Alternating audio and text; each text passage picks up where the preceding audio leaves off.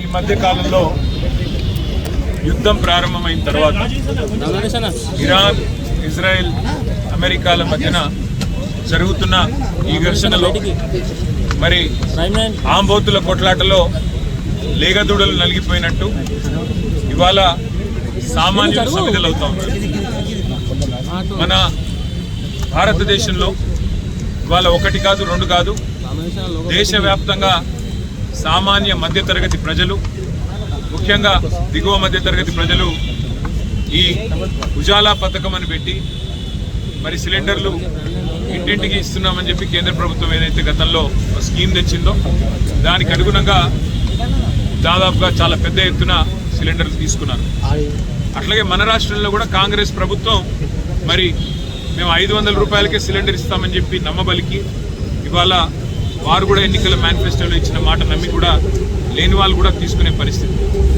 కానీ యుద్ధం ప్రారంభమైన తర్వాత ఇవాళ ఎల్పిజి గోడౌన్లు ఎక్కడెక్కడైతే ఉన్నాయో, డిస్ట్రిబ్యూషన్ నెట్వర్క్లు ఎక్కడెక్కడైతే ఉన్నాయో ఇవాళ అంతటా కూడా చాంతాడంత లైన్లు, ఎక్కడికక్కడ పెద్ద ఎత్తున ప్రజలు ఆందోళన వ్యక్తం చేసే పరిస్థితులు ఇవాళ నెలకొని ఉన్నాయి.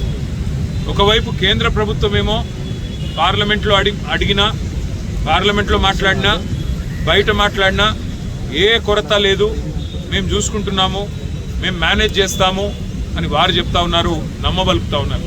కేంద్ర పెట్రోలియం శాఖ మంత్రి మాట్లాడినా, ప్రధానమంత్రి మాట్లాడినా ఏమీ లేదు, అంతా బాగానే ఉంది అని విశ్వాసాన్ని కల్పించే విధంగా వారు మాట్లాడుతున్నారు. కానీ క్షేత్రస్థాయిలో పరిస్థితులు అట్లా లేవు. వాళ్ళ ఏ గోడౌన్ కాడికి పోయినా భారీ క్యూ లైన్లు, భారీగా ప్రజలు ఆందోళనలో ఉన్నారు. రాష్ట్ర ప్రభుత్వమేమో కేంద్రం సహకరించట్లేదు, సప్లై లేదు, ఇబ్బంది ఉంది, కేంద్రం ఏమీ చేయలేకపోతే మేమేం చేస్తాము, పెట్రోలియం శాఖ మరి కేంద్ర ప్రభుత్వ ఆధీనంలో ఉంటుందని చెప్పి రాష్ట్ర ప్రభుత్వం తప్పించుకునే ప్రయత్నం చేస్తూ ఉంది.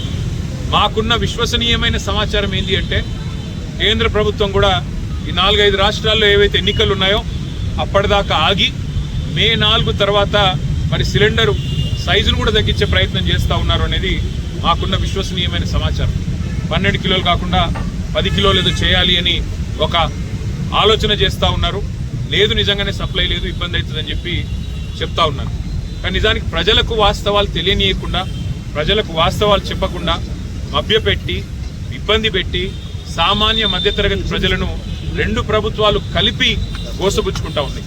అటు కేంద్రము, ఇటు రాష్ట్రము ఇద్దరు కూడా ఈ విషయంలో స్పష్టమైన సమాధానం చెప్పాలి, ప్రజల్లో విశ్వాసం నింపాలి, ప్రజల్లో ఒక భరోసా నింపి ఏ రకమైన ఇబ్బంది కాకుండా అవసరమైతే మరి వారికి ఉండే దౌత్య వ్యవహారాల శాఖ ద్వారా మరి అవసరమైతే ఇతర దేశాలతో మాట్లాడి, ఇరాన్లో ఇబ్బంది ఉంటే మరో చోట మాట్లాడి తెప్పించాలని మేము డిమాండ్ చేస్తూ ఉన్నాం.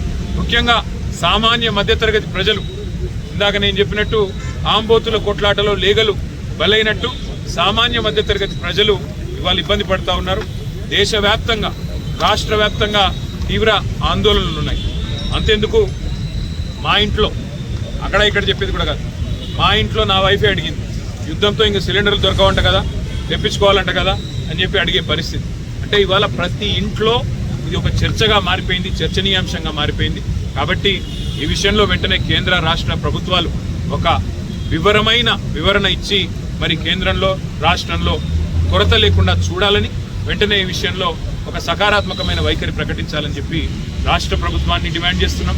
ఎందుకంటే అబద్ధాలు చెప్తా ఉన్నాం, కొరత లేదని వారు, సప్లై లేదని వీరు, మధ్యలో నలిగిపోతున్నది ప్రజలు. కాబట్టి వెంటనే ఈ విషయంలో వివరణాత్మకంగా చెప్పాలని చెప్పి శాసనసభ వేదికగా వాళ్ళ అడ్జర్న్మెంట్ మోషన్ వాయిదా తీర్మానం ఇచ్చాము. చర్చకు పట్టుబడతాము. ప్రభుత్వం స్పందిస్తే మంచిది, స్పందించకపోతే తప్పకుండా ప్రజల తరఫున ప్రశ్నలు అడుగుతూనే ఉంటాం, నిలదీస్తూనే ఉంటాం. Thank you.